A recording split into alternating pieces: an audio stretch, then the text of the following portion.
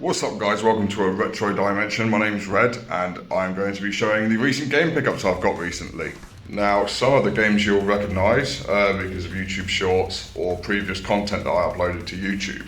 But now I've got the new channel look, I wanted to compile it all into one video. So yeah, let's get rolling.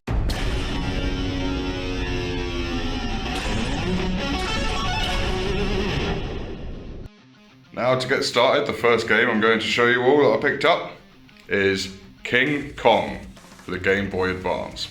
Now I know Peter Jackson's King Kong movie wasn't that popular, but the game is actually pretty good. Developed by Ubisoft and released in 2005, the game will start you off on the ship on the trail to Skull Island. But on the ship, one of your colleagues, Anne, gets kidnapped and you have to search the island, switching between multiple characters. Now in my opinion, the humans gameplay is a bit mediocre, but there are moments in the game where you get to play as the beast himself.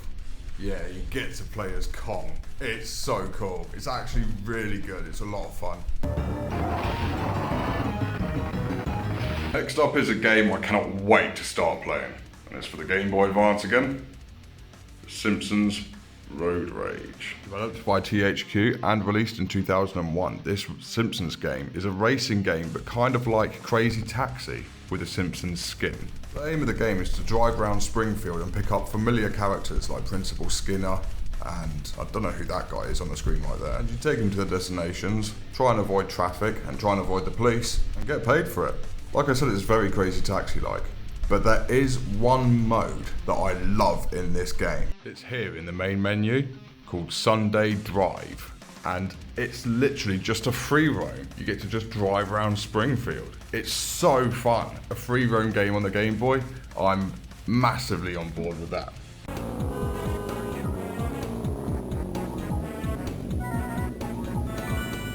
Next up is a game that I thought was going to be terrible, but it's actually pretty good. And it's again for the Game Boy Advance, The Incredibles. Developed by Heavy Iron Studios, this game follows alongside the movie quite closely. And I don't mind when games do that. My only problem is if you've seen the movie, then you know what's going to happen in the game. But putting that aside, the game is good, the combat's good, and you get to play as all the Incredibles.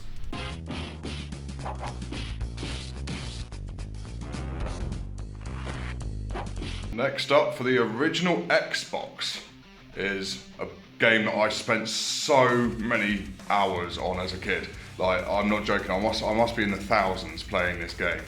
I would go to school thinking about playing this game, and then it'd be the first thing I'd do when I'd get home from work, get home from school, get home from work as well, because I carried on playing the game all the way up until I was like in my early 20s. I love this game, and it is Roller Coaster Tycoon. Developed by Frontier and published by Atari, this game was huge.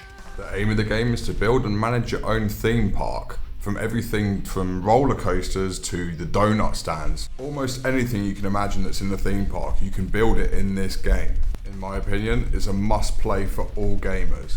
And they've announced that it's coming to the Nintendo Switch, so everyone that's playing on the modern console can play it.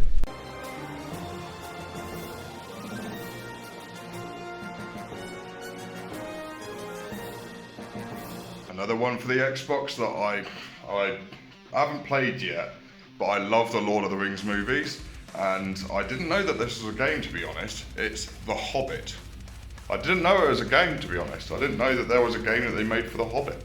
Developed by Sierra, this game takes you through the journey with The Hobbit. I'm actually planning on playing this game after I finish editing this video, so I don't know much. But from what it says on the game's back cover, it looks like you travel through Middle-earth as Bilbo Baggins. It looks pretty good. And is that Gollum? My precious. It must know the way out!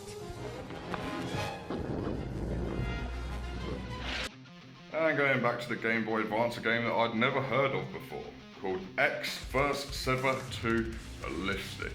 Developed by a team called Crawfish Interactive and published by BAM Entertainment.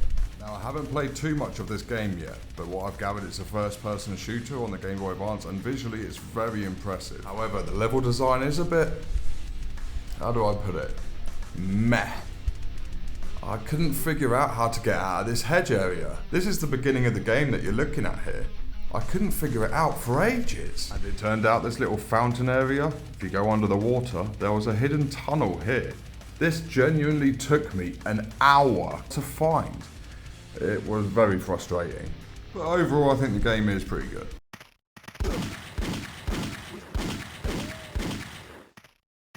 Next up is a PC game that I spent possibly most of my life on, all the way up until the second expansion, Wrath of the Lich King. So if you recognise that name, it's for the PC. World of Warcraft. Now I do know there's no point in owning these discs anymore, because purchasing the game is just a download from their website now. But I wanted this game in physical form. Now I will admit I'm not a fan of retail WoW, the current state of WoW.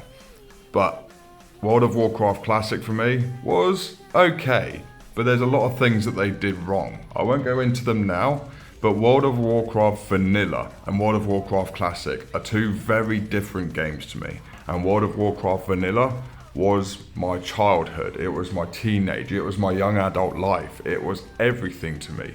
There is no better gaming memory I have than creating my dwarf character, Sabutare I called him, and travelling through the snowy plains of Dunmoral and getting to Ironforge, getting your first shoulder pads, completing your quests and meeting other people. The game was perfect. It was a complete masterpiece. And I played it all the way up to Wrath of the Lich King. And then it was around after that, it was around the Mists of Pandaria, Cataclysm area, when I stopped playing. I felt like it wasn't the same game anymore. But this game will always hold a really deep place in my heart. And I wanted it in physical form, just so I always have the memories. See you soon!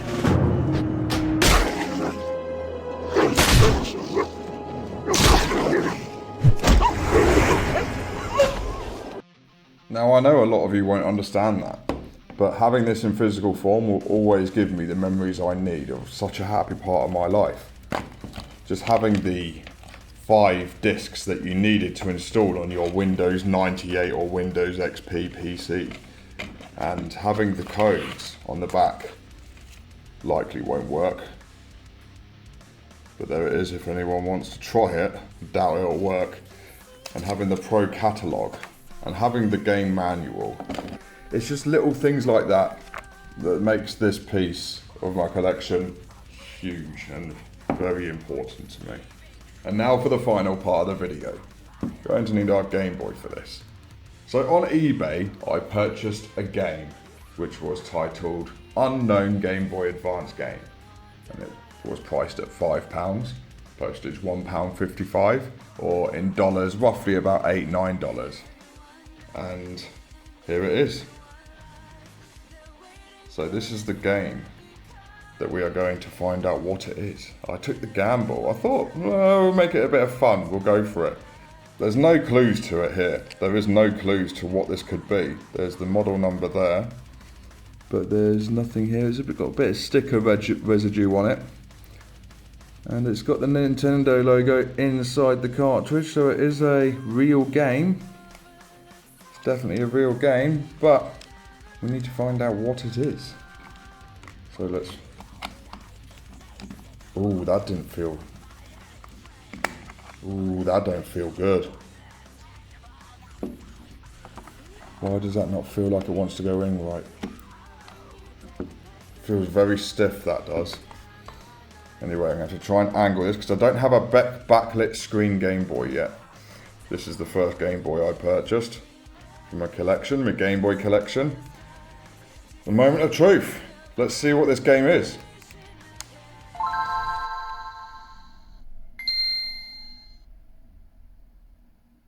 Nothing. I don't know. It doesn't feel like it wants to go in correctly. Oh, here we go.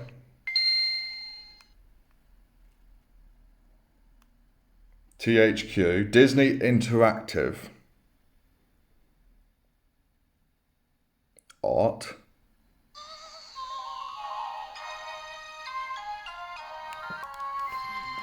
Well, you win some, you lose some, I guess. I'm not keeping that game. It's not something I want in my collection, to be honest. Oh, that was anticlimactic. That sucks. Anyway, so that is my retro game pickups so far. Ignore that one. Thanks for watching, guys. I really do appreciate it. I'm Red, and this has been a Retro Dimension. Peace.